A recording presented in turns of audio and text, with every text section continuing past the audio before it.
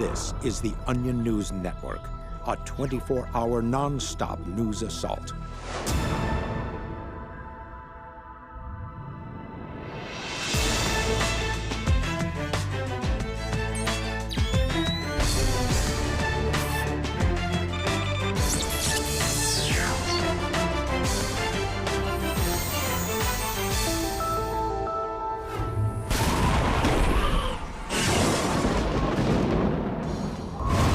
You're back in the Fact Zone on the Onion News Network. I'm Brooke Alvarez. We're continuing the Onion News Network's coverage of the major snowstorm still pounding the Midwest this hour. And according to reports from the National Weather Service, the storm has been causing major problems for the nation's idiots. The latest estimates show 18 idiots in the region have already been afflicted with frostbite after accidentally locking themselves outside in their underwear. And another 12 have been severely injured when they jumped off their roofs into what they thought were deep snowdrifts. I was gonna grab onto the back of my buddy's truck and just slide along behind it as he drove. It didn't work.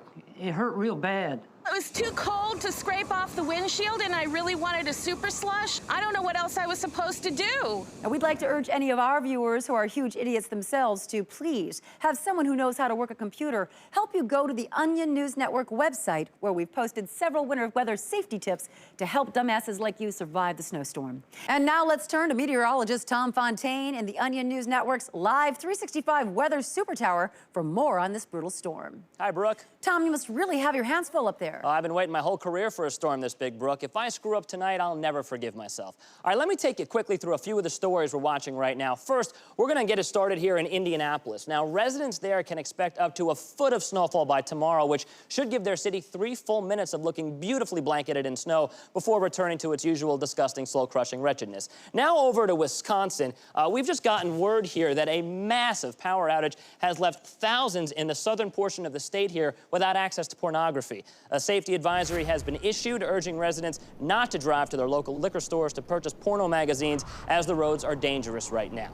Please remain indoors. Just try to imagine your wife's sister or your Spanish teacher, or do whatever works for you. You may even have a coffee table book with Renaissance pictures in it. Well, we realize this is not ideal. Even that can work. Experts say that these types of situations are easily avoidable by making sure that you have an emergency porn kit, which can be purchased at any adult superstore. Some people in areas that receive more snow on average may want to go that extra step and convert their basements into porn shelters. And moving now to northern Illinois, we see here that the town where that dickhead Rick from high school still lives is just getting hammered by snow. Good thing some people became big-time meteorologists in New York and won't have to shovel the parking lot at the Staples where they still work because they were too stupid to get a real career. And this is a really heavy, wet snow. So with all that extra weight Rick's put on since being elected most athletic in the senior superlatives, he should be careful because he might very well have a heart attack and leave fatherless those 3 dumb, ugly kids he had with that bitch Stacey Grimaldi. Brooke? Okay, thanks, Tom. And it looks like we're getting a news blast now, so let's turn it over to Tucker Hope at the Recon Wall. Thank you very much, Brooke. Well, as you already know, around 10 o'clock this morning, meteorologists began saying that this storm could reach as far south as New Orleans, dusting the city with up to 1/8 of an inch of snow. That, of course, immediately triggered an emergency response from the entire federal government. This is not going to become another Katrina or BP oil spill like everybody is probably thinking. President Obama has already ordered over 6,000 relief workers and over 500 vehicles carrying food and medical supplies. We know Louisiana has been through a lot recently, but we're on top of it this time, we swear. And we're just getting word now that those rescue operations have been launched as the temperature in New Orleans has just dipped to 40 degrees. So far, there have been no reported injuries from the possible light snowfall, but over 25 people in the area have reported feeling a bit chilly. Brooke. Thank you, Tucker. You bet. I think it's wonderful that no matter how much God explicitly tells us New Orleans is doomed, we keep trying to save it. Well, believe it or not, there was some news today other than the Midwest snowstorm. Our top story tonight, the Department of Defense made an historic change to military policy today. For the first time ever, women will be allowed to serve in combat, provided they are supervised by a male chaperone. The Onion News Network's John Harris fouled this story from Kandahar. Well, although about 20% of the U.S. soldiers are female, women have never been allowed to serve in ground combat units until today. This is the 21st century, and women supervised by men are equal to men in every way. The chaperone can be, well, any man, really, as long as he's there to provide a shoulder for the woman to cry on after she's mortared an enemy position or taken out an insurgent. And the female soldiers themselves are applauding the new program. Roger's not a bad guy per se. I mean, he finally stopped calling me private sweetheart, so that's good. It's kind of like having a dog. Alicia's doing a super job. Lots of times, she really doesn't even need me here. Hey, Alicia, how about a brewski? The military is currently seeking men for the Chaperone Project. No experience is necessary, and you will split the female soldier's salary with her. For these women in the military and their male chaperones, it's the end of a long march toward equality. You go, girls. From Kandahar, I'm John Harris. Thank you, John. All right, if you're not able to form your own opinion about this issue, don't worry. Let's go to the Fact Zone's first responders for some expert analysis. Hello, first responders. Hello. Well, this program has undergone some criticism because they send out the male chaperones without requiring them to undergo any kind of sensitivity training. Duncan, what's your take on that? Well, I think this is a real problem. If the female soldier is taking cover from enemy fire, but then thinks about how that makes her feel, and then wants to analyze why she feels that way, the chaperone's not going to know what to say. She's going to get upset, and they're both going to get killed. Laura Lee, do you agree with this? No, I think that the women need the extra training. They need to be taught how not to go falling in love with these male chaperones, because you know that's going to happen. Well, that's an interesting point now. But, you know, another criticism with this program, of course, is the price tag. It's going to cost the taxpayers $760 million a year to pay for these chaperones. Jason, is that worth it? Well, we really don't have any other option now, Brooke. I mean, if we take away the chaperones, the Pentagon will have to look into the big lashy doe eyes of the female soldiers and tell them they can't fight anymore. It would just break their hearts to have to do that. Another criticism this program is coming under is, of course, the requirement that the female soldiers have to cook dinner for their chaperones every night. Yeah, but that is only fair. If the chaperone's been saving your life all day long, the least you could do would be to make him a chicken dinner or a shepherd's pie just to say thank you. I think that there should also be a requirement that they give the male chaperone a massage if he looks tense. Well, you know, an op-ed piece down in the Times this morning did say that this program could face some of the same problems as a short-lived tether program that was tried during the Gulf War. What do you think of that? Well, that did keep the female soldiers from wandering into enemy fire and getting hurt. There were just a few kinks to work out. Whether they're tethered or not, I think that all women should have a male chaperone. I've had one for the past 5 years, and he has kept me safe. Well, you have a little first-hand experience with that, then. Oh, tons. Yeah. Raymond is wonderful. Really is. I'd be absolutely lost without him. All right, thank you so much for your great insight, first responders. And Duncan, is it true you have 4 books coming out this week? 5, actually. 5? Wow, you're a machine. I'm still working on my autobiography. I've got about 30,000 pages done so far. But keep at it. Yeah, I will. Okay, we need to take a short break right now. Keep it locked in the Fact Zone, where we are continuing to track that superstorm wreaking havoc on parts of the country.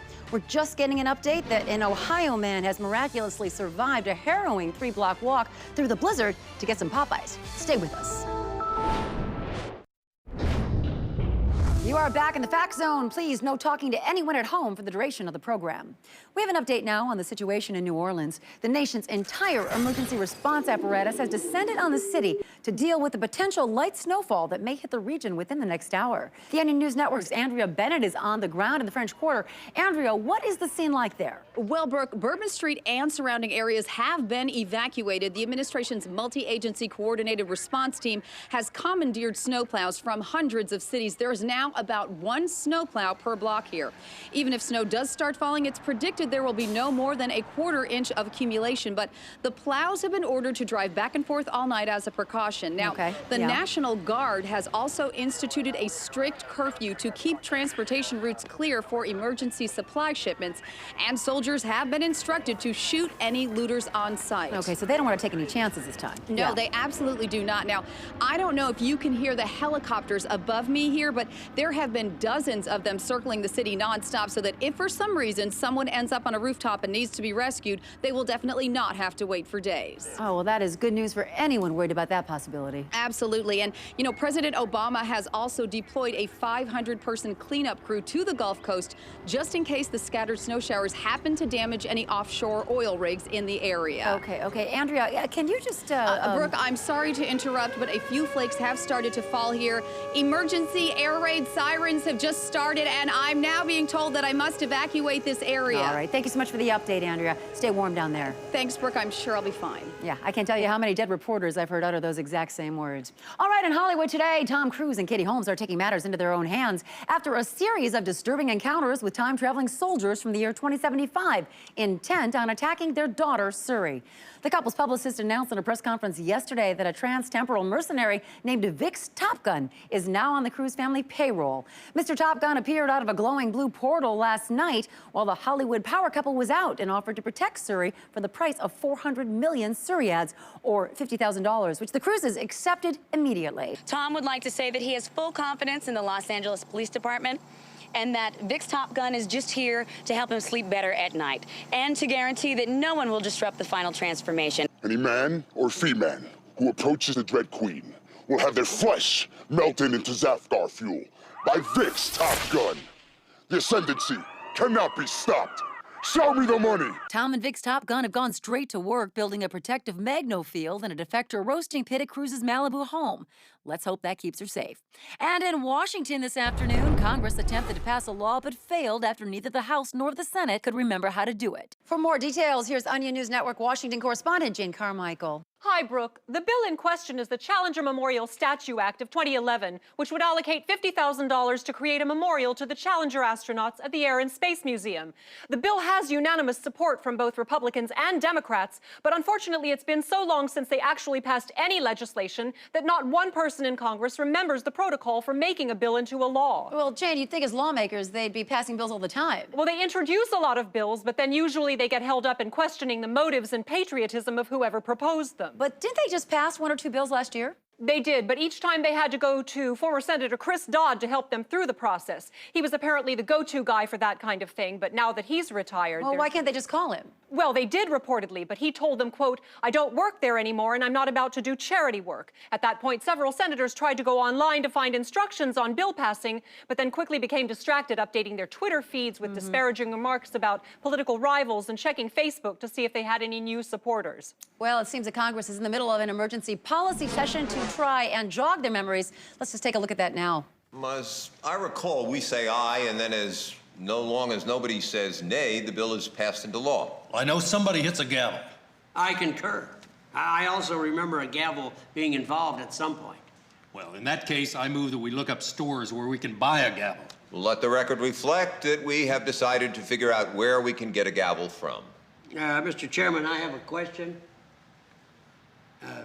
I think, don't you have to tell me when to talk? Oh, right.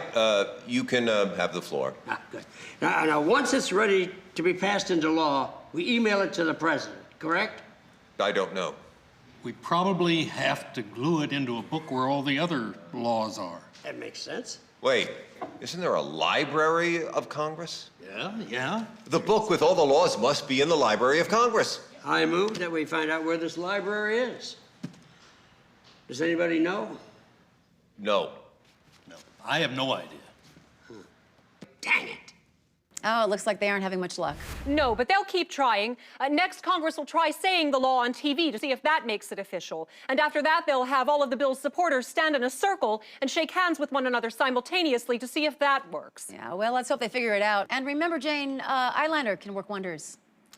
We have to take a quick break now, but first let's check in with another of the Onion News Network's live 365 weather cams, this time from Iowa. Okay, looks like a lot of snow there. We'll be right back. Welcome back to the Fact Zone, where fine journalism and huge ratings walk hand in hand.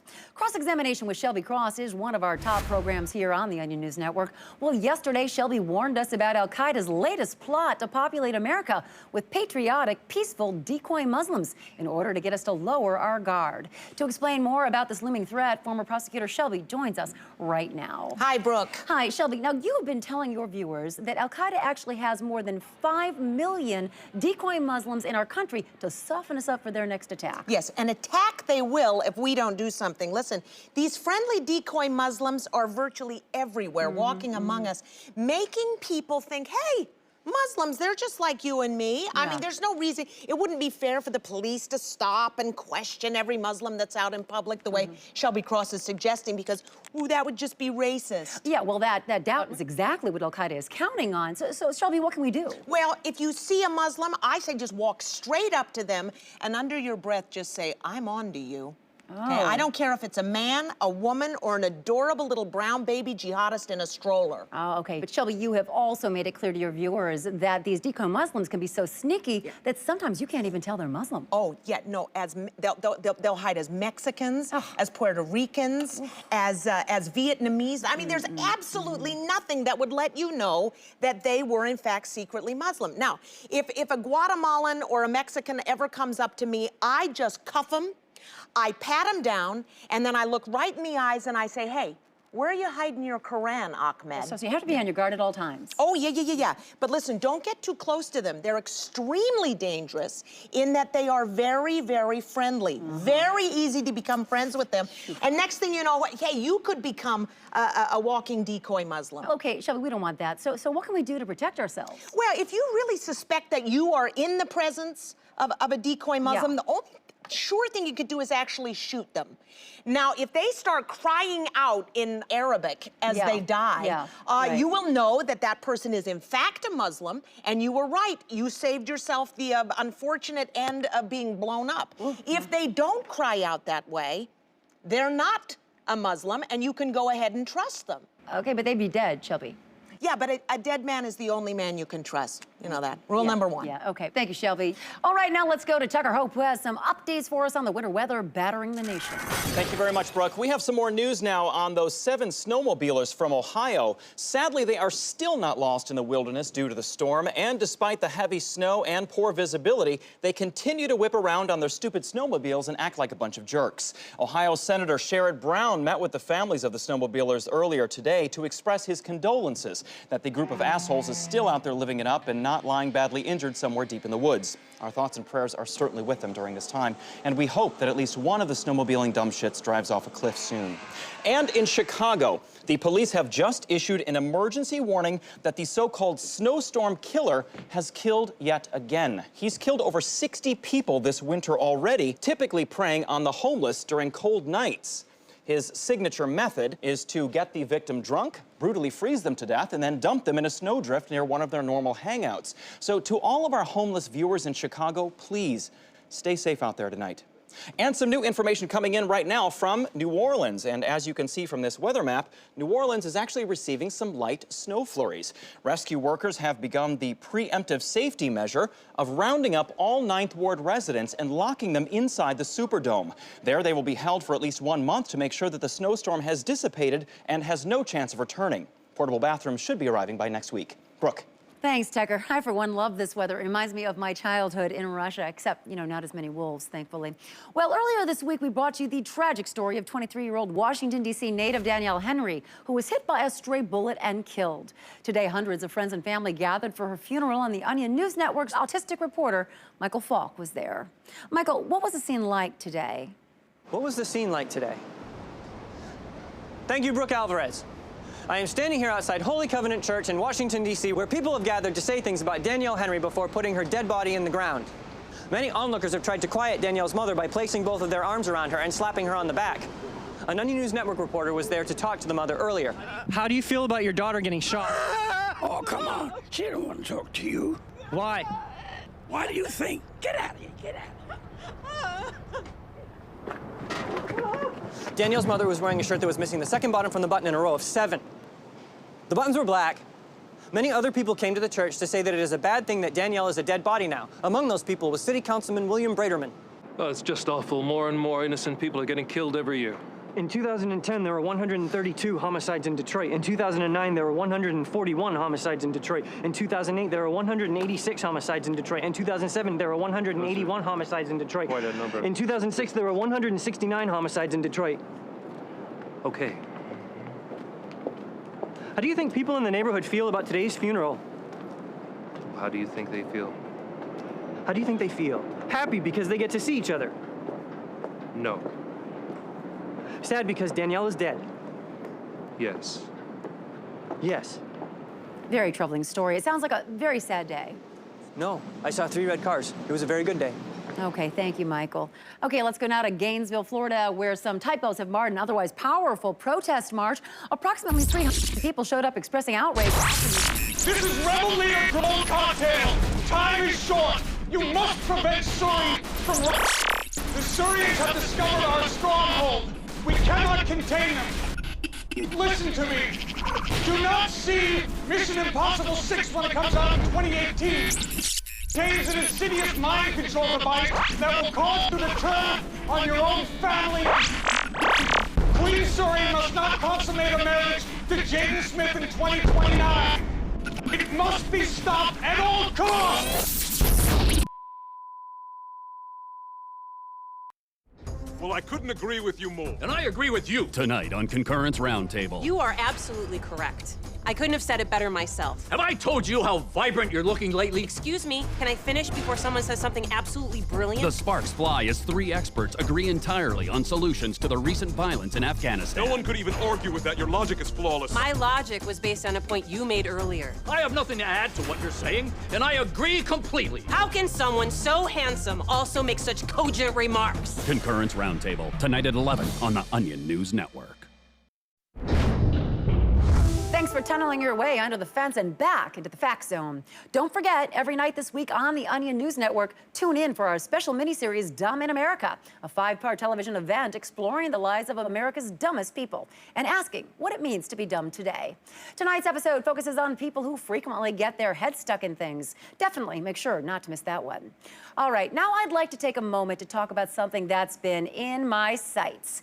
Being a journalist is as much about what not to cover as it is about what you put on the air. So I just wanted to address the Memphis murderer who keeps sending me letters wondering why I haven't mentioned him on the air. Sir, you're really gonna have to step up your game if you want this network to report on your repeated, though I'd hardly say serial killings. It's 2011. The days when someone can strangle a few hookers and expect it covered on the highest rated news program on cable television is long gone. Dead prostitutes? The only thing more expected would have been a string of identical secretaries with the same hair color as your ex-wife. You want a serial killer nickname? Earn it. Impress me. Do something that's never been done before. Take out the treasurer of every state assembly coast to coast. Kill 20 Swiss Olympians and make a raft out of their severed limbs. Something, anything that shows an ounce of creativity. Listen, obviously you're trying, okay? But you're just gonna have to try a little harder if you want me to pay attention. I'm not some family member of one of your victims. I'm Brooke Alvarez, the undisputed world news leader. Okay, that's all the time we have for you today in the Fact Zone, but we do have Jode Kressbeckler standing by. Hey, Jode, how about all that snow? I likes it. Contrast makes them dustier folks stand out. Well, yes, I suppose that is true, Jode. Well, that's gonna do it for us here in the Fact Zone. Thanks for watching. You did the right thing.